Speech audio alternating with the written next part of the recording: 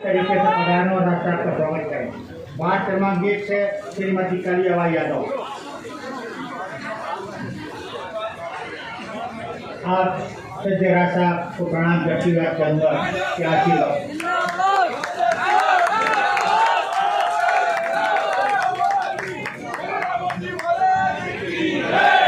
आदरणीय साथियों,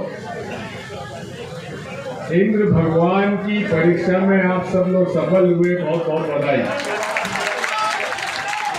मैंने बहुत सारी सभाएं करी हैं, लेकिन बरसते पानी में जनता बैठी रही, विशेषकर महिलाएं बैठी रही, कोई उठ के नहीं गया।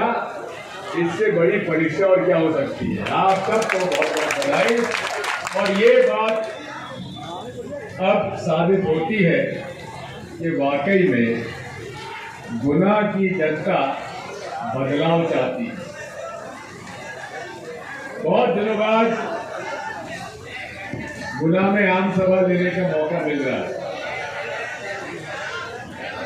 क्योंकि महाराज को बुरा लग जाता था कि टीवी जैसी सभा क्यों लेता है। अब जब महाराज खुद पार्टी छोड़कर और चुने हुए लोगों के साथ उनको ले जाकर सरकार गिरा दी,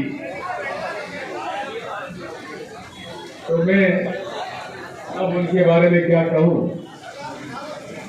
कभी उम्मीद नहीं थी कि महाराज ज्योतिरादित्य जी उस परिवार के साथ धोखा करेंगे जिस परिवार ने उनको सब कुछ दिया, उस पार्टी से धोखा करेंगे जिस पार्टी ने उनको न केवल सम्मान दिया लेकिन पद दिया और हर तरह से उनका पद बढ़ाया। खैर, ये सब बातें अपनी जगह हैं। मैं आभारी हूं जिला कांग्रेस कमेटी के अध्यक्ष जी का, हरि विजयवर्गीय मान सिंह पटोदा जी का। आभारी हूं मंच पर विराजमान हमारे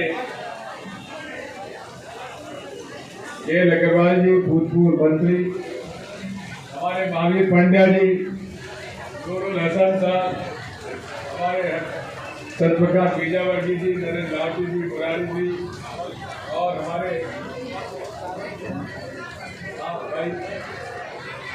छोटू बना सुमेर सिंह जी, और मंच पर सभी आदरणीय हमारे वरिष्ठ नेतागण,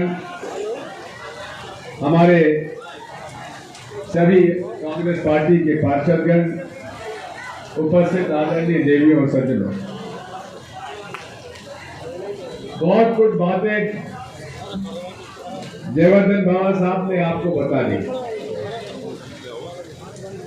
मुझे बहुत कुछ नहीं कहना है। आज पूरे देश में लड़ाई है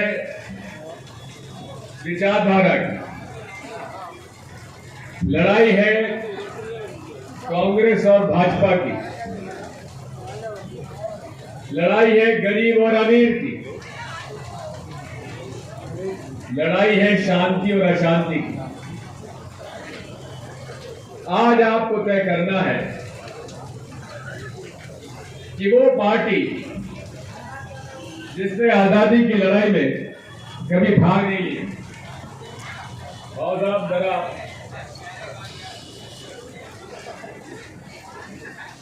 बात यही है, नए नौजवान नेता जब बन जाते हैं, हम भी ऐसे हुआ करते थे इस जमाने में। बात यह है कि भारतीय जनता पार्टी जिसने की आजादी की लड़ाई में कोई भाग नहीं लिया, जिसने महात्मा गांधी का विरोध किया, जिसने भारतीय संविधान का विरोध किया, जिसने हमेशा से गरीब, दलित, आदिवासी, मजदूर, किसान की नीतियों को बदलने का प्रयास किया, वो आप सब लोग इस बात को पहचानते हो। कांग्रेस आती है, गरीबों को पट्टा बांटती है। भारतीय जनता पार्टी आती है, उजाड़ती है। आवास योजना कोई मोदी जी ने प्रारंभ नहीं की, इंदिरा जी ने सन 70 से आवास योजनाओं की स्कीम चालू करी। ये नाम बदलकर श्रेय लेना चाहते हैं। योजनाएं पूरी कांग्रेस पार्टी की चल रही, कोई नई इनकी पार्टी ने कोई योजना नहीं दी। लेकिन इनके 3-4 फैसले बुनियादी तौर पर मोदी जी ने भारतीय जनता पार्टी ने लिए। क्या निर्णय लिए? सबसे पहले कहा था काला धन आ जाएगा विदेशों में जमा, और उसके लिए उन्होंने सुप्रीम कोर्ट के निर्देशन में एक जांच दल बैठाया था। 8 साल पूरे होने आए, आज तक उस काले धन की रिपोर्ट सामने नहीं आई। कहते थे विदेशों में लाखों करोड़ रुपए जमा है, कहां गया? कहते थे इतना काला धन आ जाएगा, इतना आ जाएगा, हर परिवार को 15-15 लाख रुपए घर बैठे मिल जाएंगे। कहा था कि नहीं कहा था?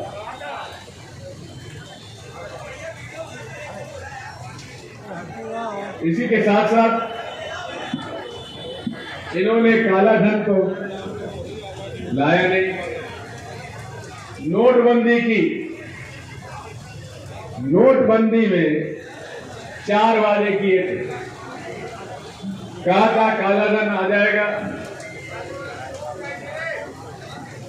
जरा भैया एक बात सुनो, पीछे वालों को दिक्कत आ रही है, इधर आ जाओ या पीछे चले जाओ, सामने से आ जाओ। मैं आपसे जो कह रहा था, इन्होंने कहा था काला धन वापस आ जाएगा, काला धन नहीं आया। उल्टे काला धन यहां से उनके राज में दूना हो गया स्विट्जरलैंड के बैंकों में। यहां के खुद स्विट्जरलैंड के बैंक को बताते हैं। दूसरा वादा था भ्रष्टाचार समाप्त हो जाएगा। अब गुना जिले में जब से एक महान विभूति, जिनका मैं नाम नहीं लेना चाहता, कितने में बिके ये वही जाने, 25 करोड़ में, 30 करोड़ में, 35 करोड़ में, क्योंकि ये बिकाऊ आउटलेट शुरू से रहा है, तो नया कोई मुझे आश्चर्य नहीं हुआ, और आज भी बेच रहा है, फाइलें बेच रहा है, पद बेच रहा है, और हर महीने वसूली कर रहा है। मैं आपसे कहना चाहता हूं, भ्रष्टाचार समाप्त नहीं हुआ। राशन कार्ड के 5-5, 6-6 हजार रुपए ले रहे हैं कि नहीं ले रहे हैं? हर काम के लिए पैसा लिया जा रहा है, हर मंजूरी के लिए पैसा लिया जा रहा है। निर्माण काम कराओ तो पैसा। इन्होंने महाराज के दबाव में एक ऐसा जिला कलेक्टर यहां गुना में लेके आए थे, जिसने की खुली रेड की हुई थी। कोई कॉलोनी काटती है, बुलाओ पैसा। जितने भी लीज दी हुई है क्रशर की, लाओ पैसा। पूरी वसूली लगी हुई थी। हम लोग बोल नहीं सकते थे, कांग्रेस की सरकार थी। सही पूछो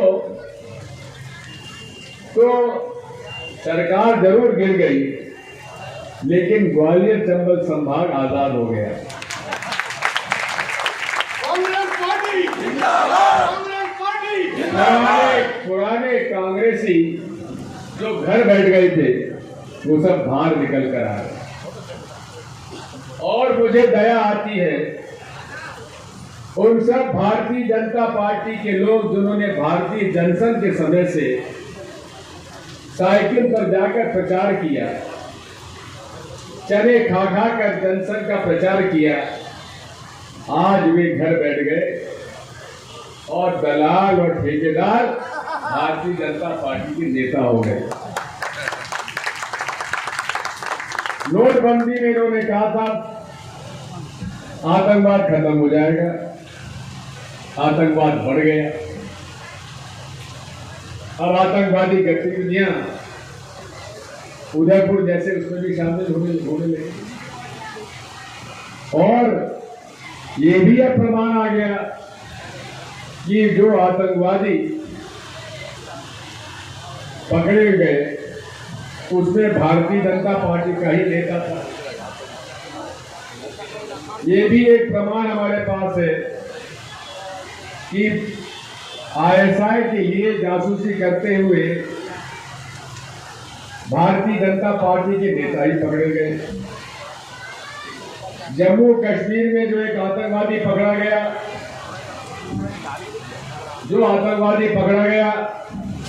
उसमें से एक भारतीय जनता पार्टी के पदाधिकारी। ये वो लोग हैं जिन्होंने इस देश के हालात को और बिगाड़ा है। कहा था नकली नोट समाप्त हो जाएंगे, लेकिन आज सबसे ज्यादा नकली नोट कहां पकड़े जा रहे हैं? गुजरात में पकड़े जा रहे हैं। नकली नोट छापने की मशीन कहां लगी हुई है? गुजरात में पकड़ी गई। सबसे ज्यादा विदेशों से नशीला सामान स्मैक कहां से आ रहा है? गुजरात में आ रहा है। क्या कारण है कि प्रधानमंत्री और गृह मंत्री दोनों गुजरात के रहने वाले, फिर भी सबसे ज्यादा स्मैक वहीं पे पाया जा रहा है?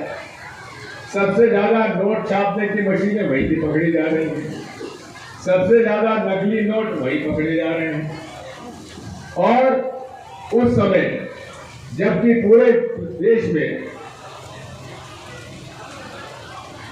नोटबंदी हुई, उस समय पूरे तरीके से आपकी गाड़ी कमाई का पैसा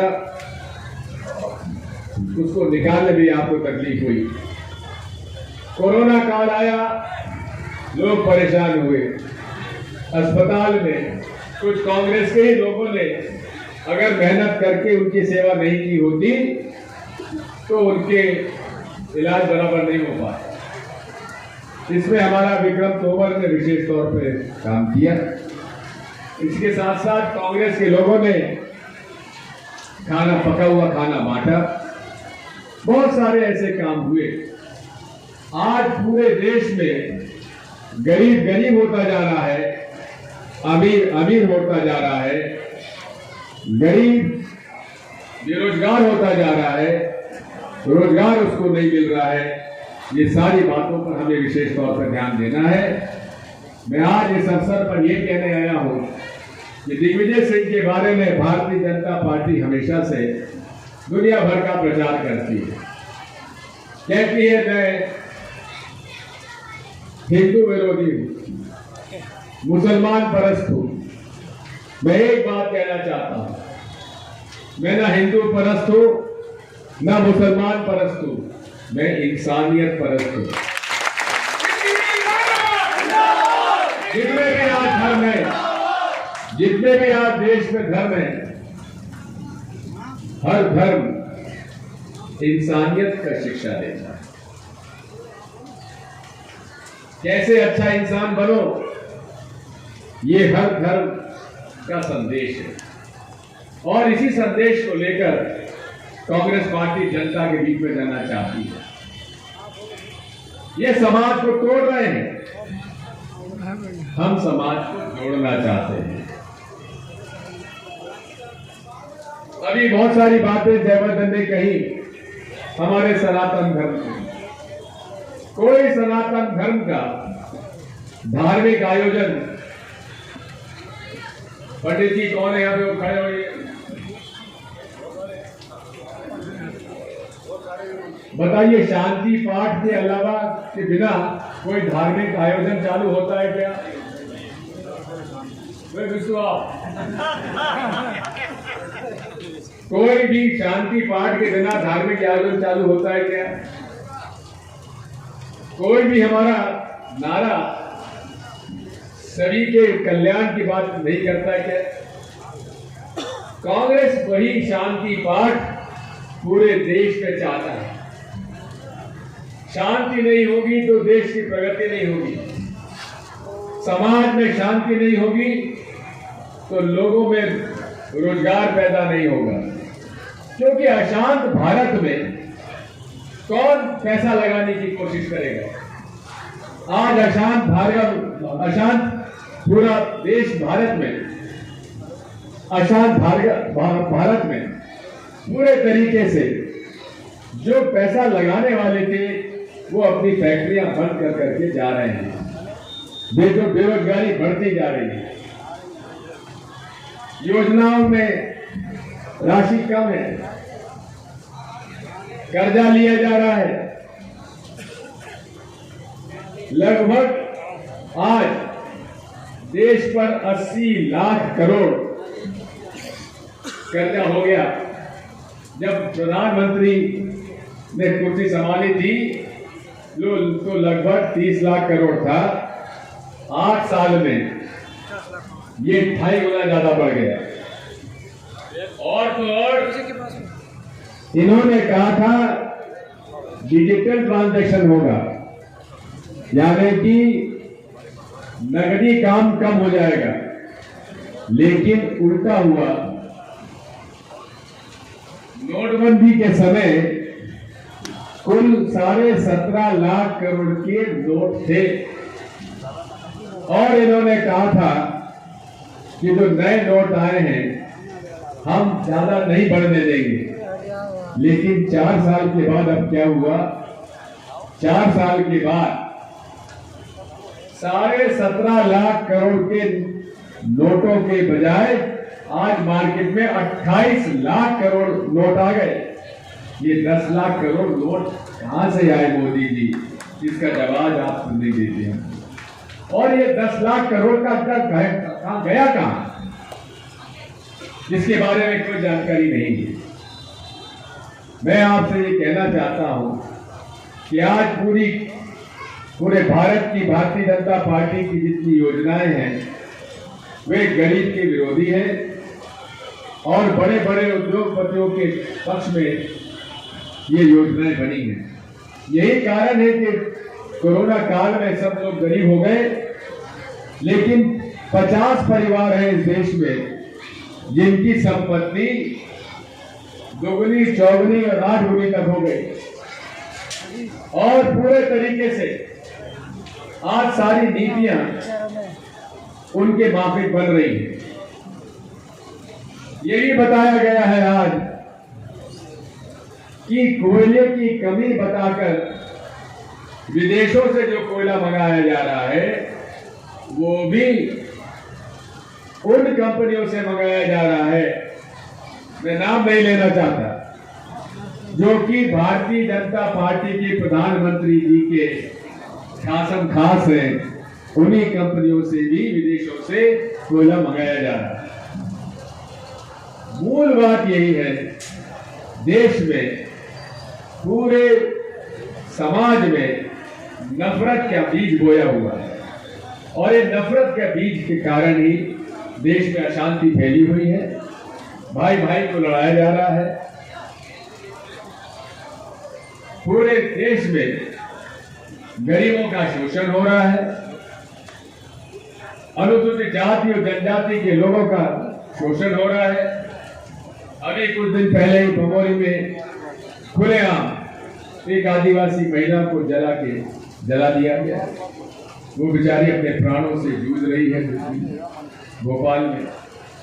कल ही मुझे मालूम पड़ा है कि हमारे कुमराज में कांग्रेस के उम्मीदवार अनुसूचित जाति की उसका सिर फोड़ दिया गया। एक बात समझ लीजिए, मैं पुलिस विभाग से इतना कहना चाहता हूं, मैं भी 10 साल तक मुख्यमंत्री रहा हूं, 5 साल तक मंत्री रहा हूं। मैंने प्रशासन में इतना नंगा नाच कभी जीवन में नहीं देखा जो आज देख रहा हूं। मैं चेतावनी देना चाहता हूं पूरे शासकीय अधिकारी, कर्मचारी और मंत्रियों को, अरे शपथ लेते हो तो भारतीय संविधान की शपथ लेते हो, ईश्वर के नाम से शपथ लेते हो कि वे बिना भेदभाव के काम कर रहे हैं, लेकिन ये पूरे तरीके से पक्षपात के तरीके से काम कर रहे हैं। कांग्रेसी है फंसा लो, भाजपा का गुंडा है, बदमाश है, छुड़ा लो, इससे काम नहीं चलेगा। ये देश सबका है और सबका देश होने के नाते सबका संवैधानिक अधिकार है। कौन किस धर्म का पालन करे, ये हर व्यक्ति का संवैधानिक अधिकार है, उस पर किसी को थोपा नहीं जा सकता। इसलिए मैं चेतावनी दिए देता हूं प्रशासन को, आप लोग भारतीय जनता पार्टी के गुलाम नहीं हैं, आप भारतीय संविधान के गुलाम हैं, भारतीय संविधान के कानून और नियम के गुलाम हैं। गुलाम से मेरा मतलब है उनके आप सेवक हैं, और सेवक के रूप में यह आपकी जवाबदारी है कि आप नियम कानून का पालन करें और किसी भी प्रकार से पक्षपात ना करें। मैंने हमेशा से मुख्यमंत्री के रूप भी कोई भारतीय जनता पार्टी का नेता गुनाह का, प्रदेश का एक बता दे कि दिग्विजय सिंह ने किसी भारतीय जनता पार्टी या किसी उनके सहयोगी दलों का कभी मैंने जानबूझकर किसी को, निर्दोष लोगों को फंसाया हुआ हो, मुझे बता दे, उदाहरण बता दो। मैंने हमेशा ईश्वर को हाजिर नाजिर रखते हुए न्याय का रास्ता चुना है, कभी पक्षपात नहीं किया। अगर मेरे ही किसी खास आदमी ने भी गलत काम किया है तो मैंने उसको डांटा है, लेकिन किसी भी भारतीय जनता पार्टी के व्यक्ति को मैंने झूठा फंसाने का काम नहीं किया। लेकिन आज जिस प्रकार से कांग्रेस के लोगों का, छोटे गरीब लोगों को फंसाया जा रहा है, परेशान किया जा रहा है, पंचायत चुनाव के बारे में मेरे पास शिकायतें आ रही हैं, लोगों को धमकाया जा रहा है, जेल में बंद करवा देंगे, पकड़वा लेंगे, ये कर देंगे, वो कर देंगे, ये चलेगा नहीं। इस बात को भी मैं आगाह कर देता हूं, लोकतंत्र में कोई चीज परमानेंट नहीं होती है, बदलाव होता है, और बदलाव इस नगर पालिका के चुनाव के नतीजे से आगे दिखेगा, आपको मैं बता देता हूं। क्योंकि जिस तरह से टिकट बांटे हैं, जैसा कि जयवर्धन ने कहा है, एक कांग्रेस पार्टी एक हो गई, एक भाजपा, जब एक महाराज भाजपा हो गई, एक नाराज भाजपा हो गई। अब जिन दोनों में होड़ लगी है कि किसको नीचे दिखाया जाए, मुझे उम्मीद है वो सारे लोग, मैं अपील करता हूं उन लोगों से जो जनसंघ के जमाने से ईमानदारी से कार्यकर्ता के रूप में काम करते रहे, जिनको इन दलालों ने और ठेकेदारों ने, भ्रष्ट शिवराज सिंह मामू के चेलों ने आज घर बैठा दिया, उन सबको ये मौका मिला है, सबक सिखाओ, नहीं तो और दिमाग खराब हो जाएंगे इनके।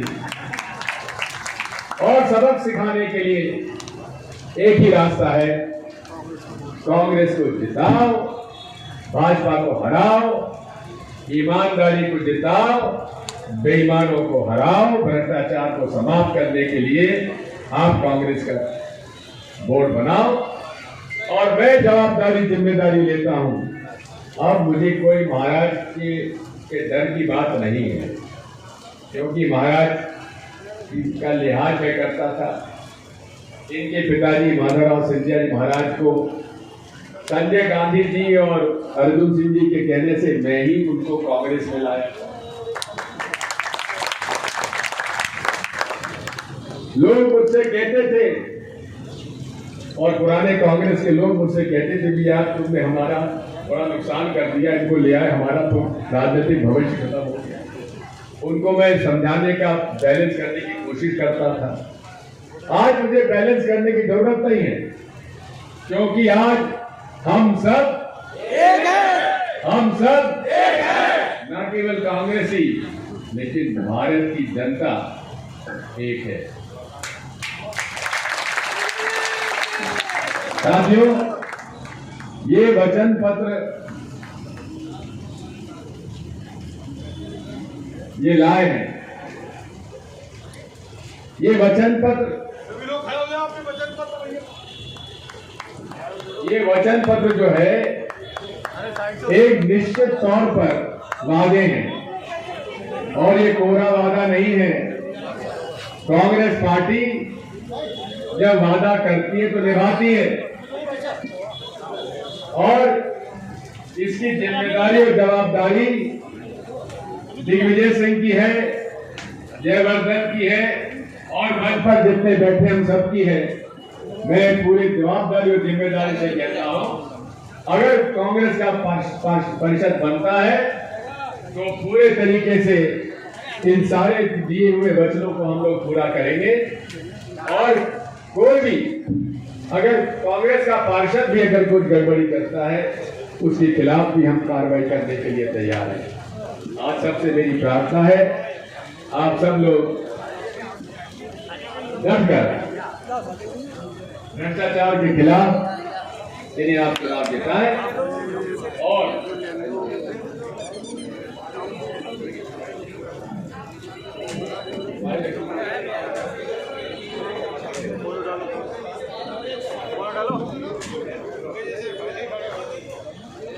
ये उम्मीदवार हमारे जो खड़े हो सब लोग आप बैठ जाइए, और एक से चालू हो जाइए। कलिया भाई यादव,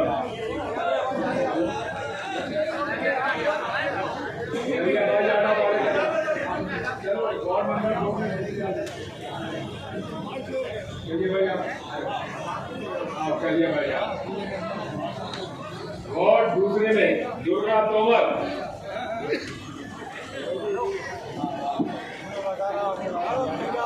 ये विक्रम की मम्मी है।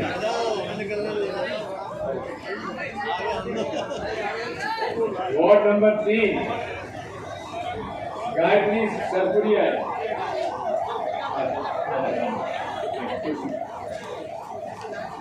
वार्ड नंबर 4 से रश्मि शर्मा, नंबर 5 से अफरोज बेगम,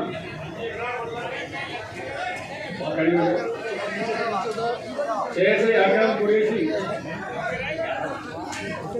7 से महेश कुशवाहा, 8 से संदीप शर्मा,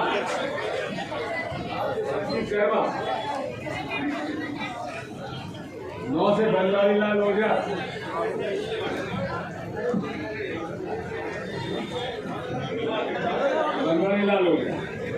10 से अविनाश राठौर, बड़ा हीरो आदमी ये मुंबई से आया कि टेलीविजन से हॉलीवुड से आया। ये वार्ड 11 से खालिद बंटी, 12 से रेखा जैन,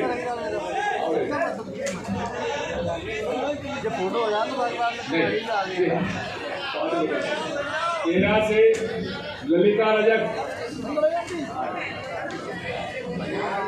14 से हर्षदेव, 15 से कौशल्या सोनी, 16 से दीपेश पाटली, 17 से लक्ष्मी चौरसिया, 18 से गंगा धाकड़,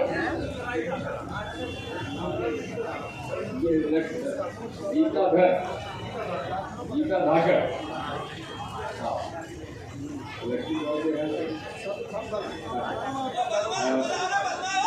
उन्नीस से निकले,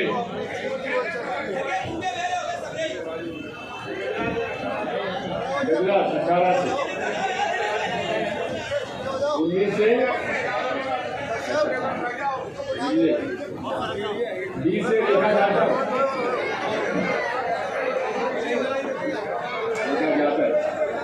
21 से रामवीर जाटव, 22 से जितेंद्र शर्मा, 23 से गौतम सौरभ,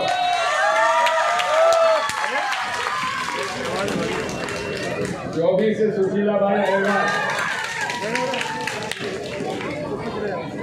25 से भगवती साहब, 26 से आशीष जैन ठाकुर,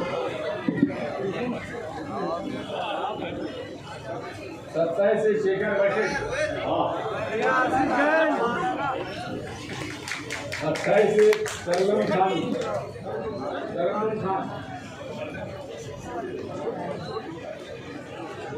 29 से लता कुशवाहा,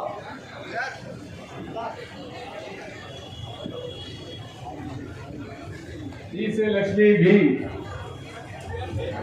लक्ष्मीबाई आई क्या?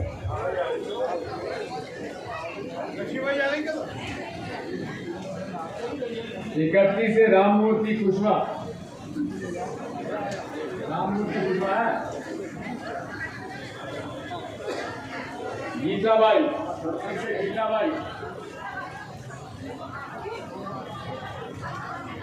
33 से सुनीता शर्मा,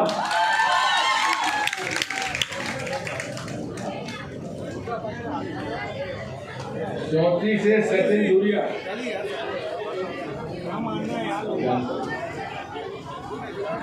35 से अरुण सेन, 36 से हलीम गारी,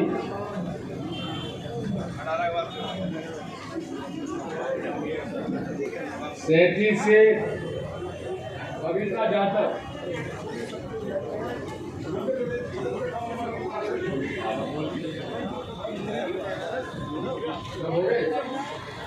'चलिए अब सब लोग मैं आपका अनुरोध करूंगा, आप सबसे प्रार्थना है कि आज हम लोग दमखम के साथ शपथ लेते हैं कि 6 तारीख को कांग्रेस पार्टी को जिताएंगे। भारत माता की, भारत माता की, भारत माता की, हम सब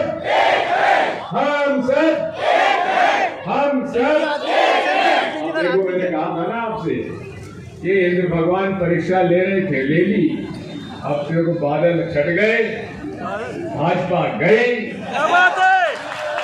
सूर्य उदय हुआ और अब कांग्रेस आई। बहुत बहुत धन्यवाद।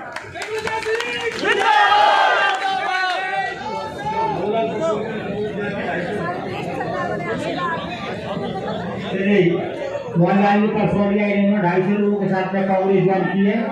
आज उससे मेरा साथ उनका सम्मान किया है। मोहनलाल जी पर सोनिया ये अपने गोपीलाल जी के परिवार के हैं साहब,